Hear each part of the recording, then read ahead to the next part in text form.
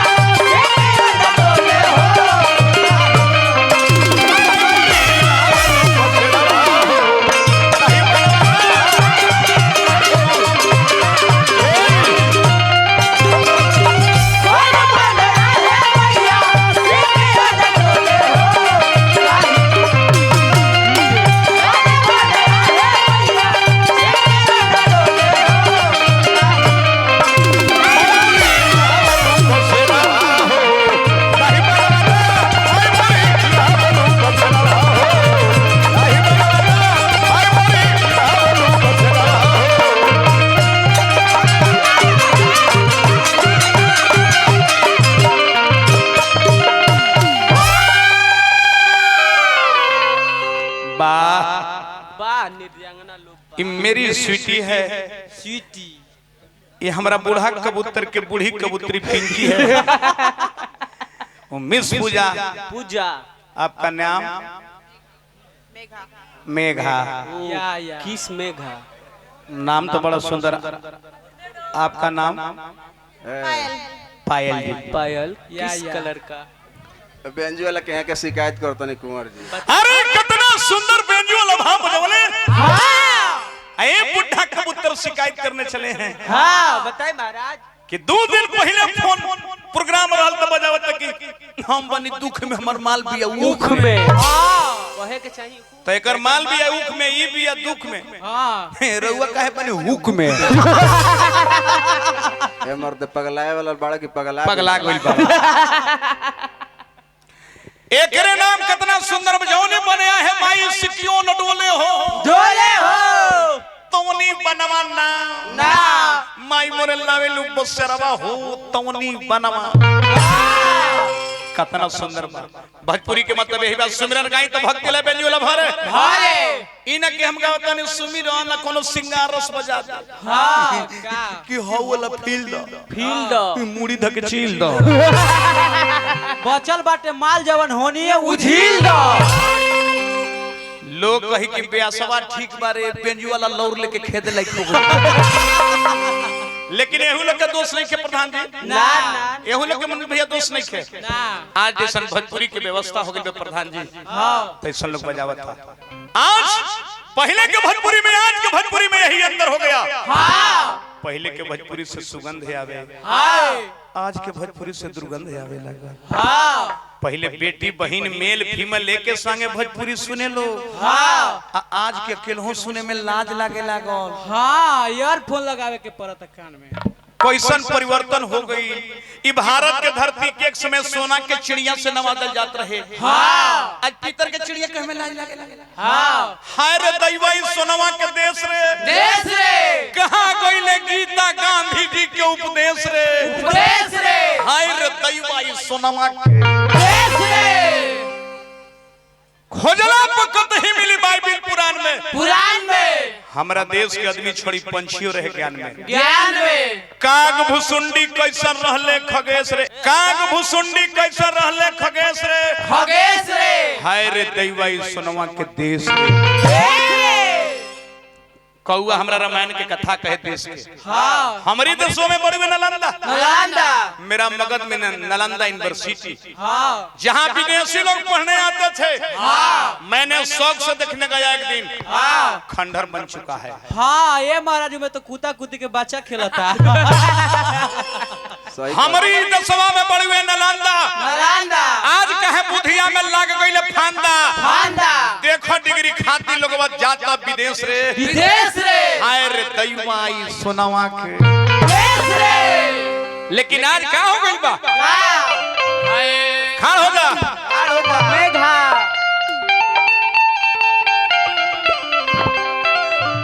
आज डगमग धरती डोले लगल ले माई का कि चोरावा के सिपाहियो नहीं बोलत रे भैया, नहीं बोलत रे भैया, नहीं बोलत रे भैया। आज पूजा तू ही लोग नाचा, हम ना नाचा।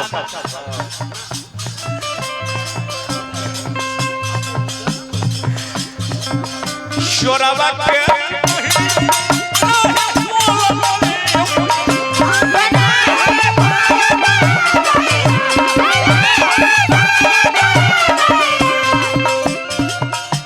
ये माई मोरा धर्म से धर दिया पिया डोलत रे,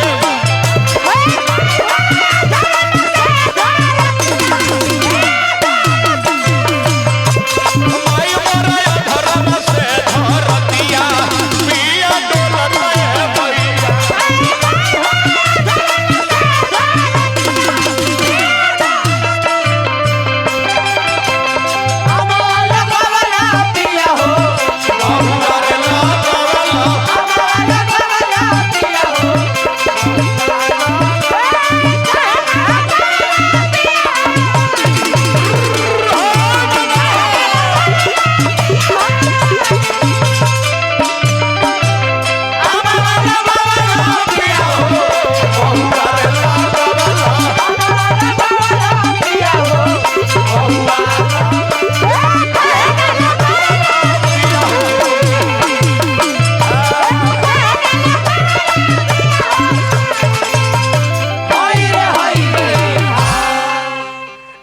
आज केकर दोष हो,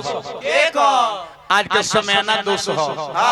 कि आज के जनाना के दोष हो, कि आज के मर्दाना के दोष हो, कि आज के थाना के दोष हो, केहू के दोष नहीं के ना, ई कलयुग समय के दोष बा। यही से बिरहा भा में हम उत्तर प्रदेश देवरिया जिला के लोग आवेला कि कलयुग कइले बा आर चढ़ाई माई बत्तिया आ कहलो न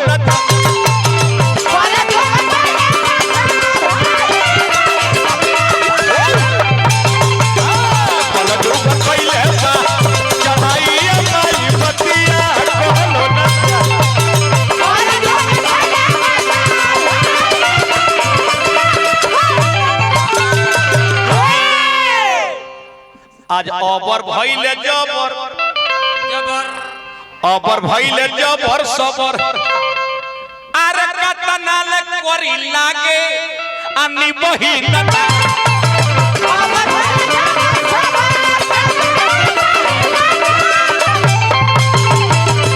अबर भइले जबर सबर कतना ले करी लागे अनि बही तना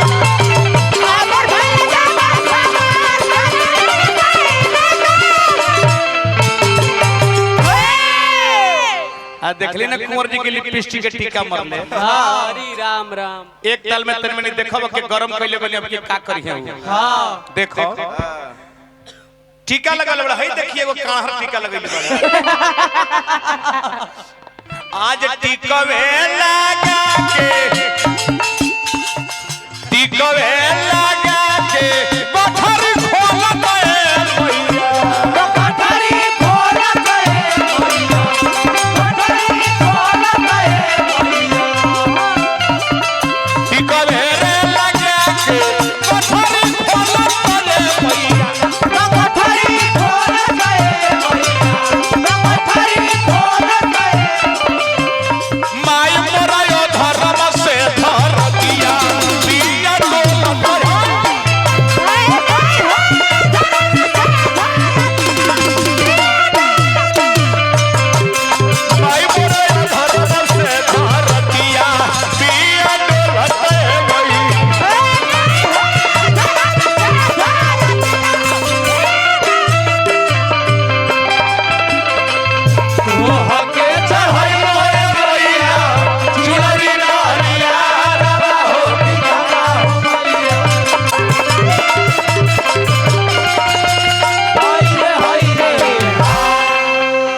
अंतिम पद में कहो ए माई आज ऐसा देखा जाता कि एगो महतारी के 4 गो बेटा हाँ आ चारों के भीख मांग के पोस पाल देता रही हाँ आ 4 गो बेटा मिल के एगो महतारी के परवश निखन से चलाता ना हाय रे बेटा हाय रे कलयु अरे बेटा त एगो ई नरवा भरे अरे अरे 4 गो के पानी चारों से आ एगो ना भर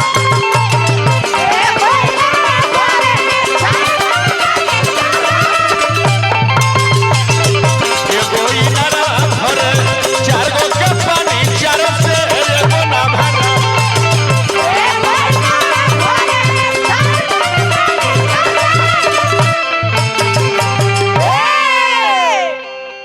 मास्टर मुना जुगावा आज बाउरे के लाइल भइले असली न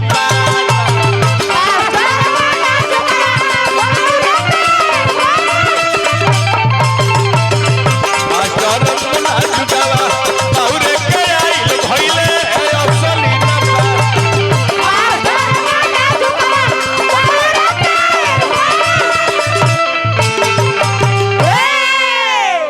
स्वीटी हो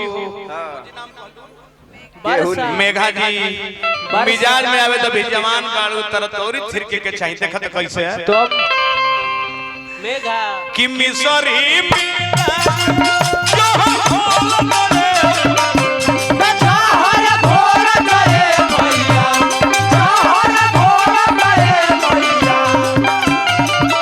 मिसरी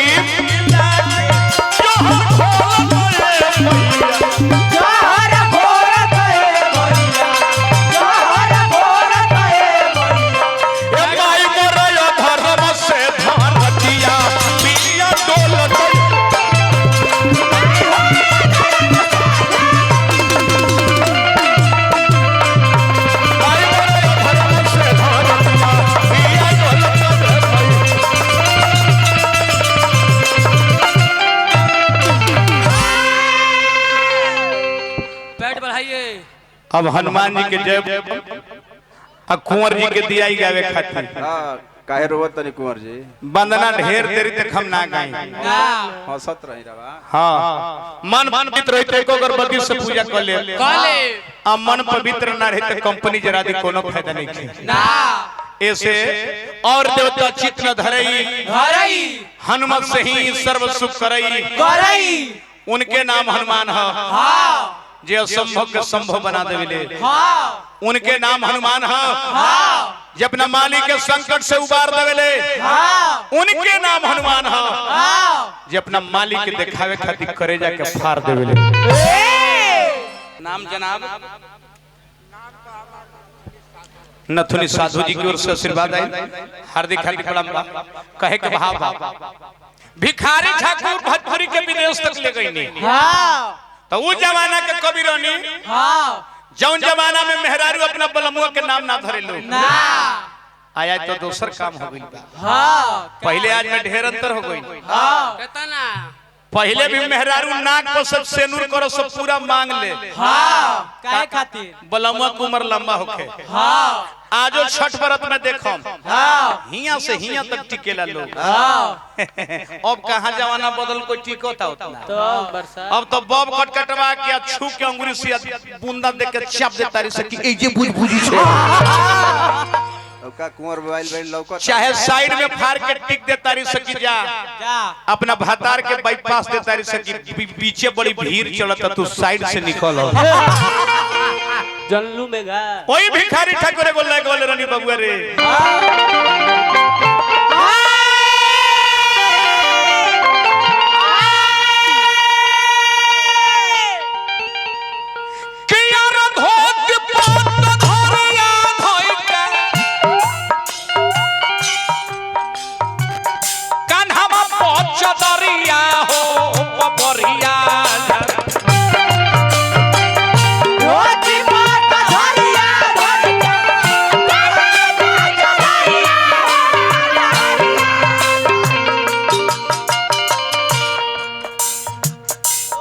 घूमत होई हन कवन सहरिया बबरिया घूमत होई हन कवन सहरिया ओ बबरिया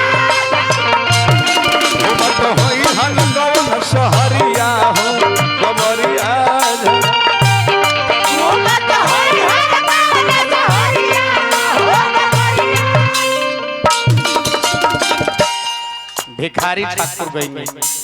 हर कलाकार गावेला गायत्री ठाकुर भी बहुत भाव गईनी में का गईनी काठवा के पुतरी शरणवा से उतरी पुतरी तहके लेके डलबो दियारा में हो मरैया पुतरी तहके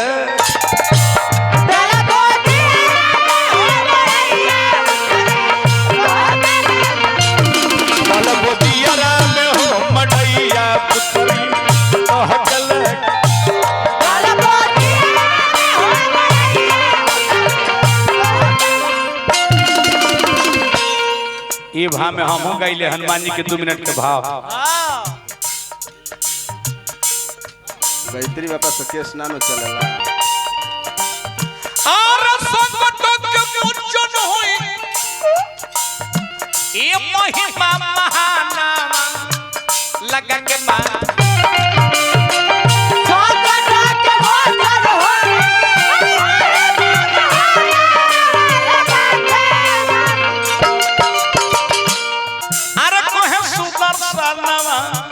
लगा के मान ओ सही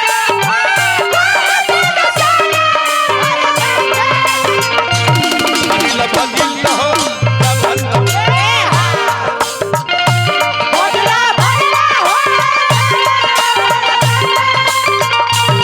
भजिल भजिल हो जबानवा लगा के मान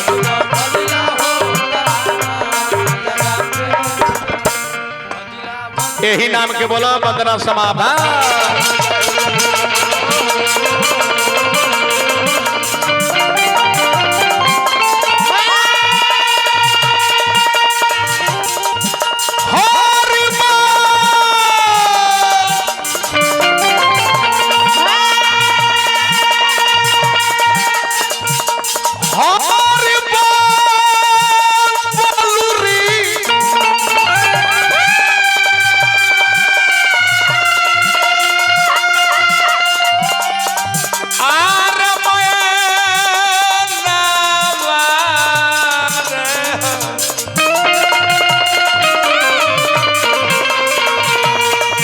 हरि